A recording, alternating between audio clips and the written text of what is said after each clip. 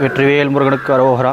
திருவள்ளூர் மாவட்டம் பொன்னேரி வட்டத்தில் பெரும்பேடு கிராமத்தில் அமைந்துள்ள தேவயானி வள்ளி சமேத முத்துக்குமார சுவாமி. இங்கு மட்டும்தான் உலகத்திலே இடமாறி காட்சி கொடுக்கும் ஒரே ஸ்தலம். இங்கு சுவாமி பார்த்திங்கன்னா பிரம்மசாஸ்தாரூபமாக 4 கையுடன் காட்சி கொடுப்பார். சுவாமி சுயம்புவாக 76இல் தோன்றியவர். 25 அடி கீழே சுவாமி சுயம்புவாக வள்ளி தேவயானியோட காட்சி கொடுத்தார். ஏன் இங்கே சுவாமி இடம் மாறி காட்சி கொடுத்து வள்ளி தேவயானியாக மாறிக்கிறான்னா, இங்கே சுவாமி பிரம்மன் வந்திருக்கார் உலகத்தாட.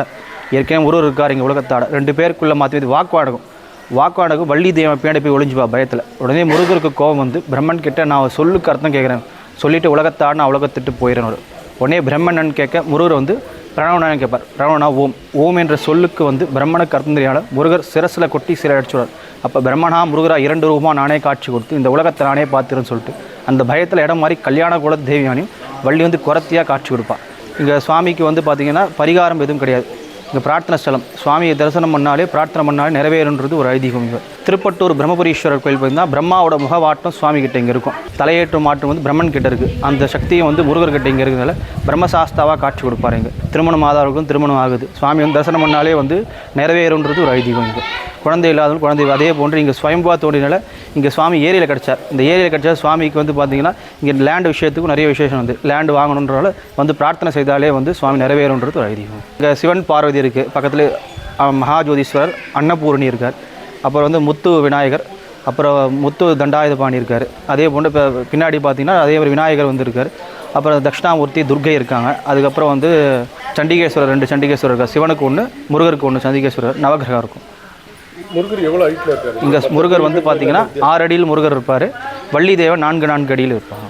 கல்யாண பிரார்த்தனைக்கு என்ன விசேஷமானதுன்னா, இங்கே திருமணம் ஆதாருக்கு விரல் மஞ்சள் பார்த்திங்கன்னா தாலி சரடு இருக்குது. அந்த தாலி சரடு வீட்டில் நீங்கள் பிரார்த்தனை பண்ணிட்டு ஒரு முடிச்சு போட்டு வீட்டில் வச்சு எடுத்துன்னு இங்கே சுவாமியன்ட்ட வச்சு எடுத்துன்னு போய் அந்த அரச மரத்தில் எடுத்துன்னு போய் கட்டினீங்கன்னா கல்யாணம் ஆகுன்ற ஒரு நிறைவேறுன்றது 2 முடிச்சு போடணும். 2 முடிச்சு போடணும். 3ஆவது முடிச்சு கல்யாணத்துக்கோசம் நிறைவேறுன்றது ஐதீகம். இங்கே சுவாமியை பிரார்த்தனை பண்ணாலே நிறைவேறுன்றது ஐதீகம். இங்கே சுவாமிக்கு எதுவுமே இங்கே இந்த பொருள் வாங்கிக்கணும் அந்த பொருள் வாங்கிக்கணும் சுவாமி இருக்குது. நம்மளோட விருப்பம் புஷ்பம் கை வீசின்னு வரக்கூடாது வரப்பு. அதனால் சுவாமி புஷ்பமோ தேங்காவோ மாலையோ உங்களோட விருப்பம் வாங்கி கொடுக்குறது. சுவாமி இங்கே பிரச்சனையை தீர்க்கும் ஸ்தலமே தான். பிரம்மன் கிட்டேருந்து பிரச்சனையை தீர்த்த ஒரு ஸ்தலம்.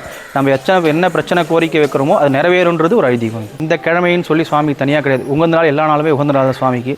செவ்வாய்க்கிழமை கிருத்திகைன்றது உகந்த நாள் கிடையாது. தினசரியே சுவாமிக்கு உகந்த நாள் தான்.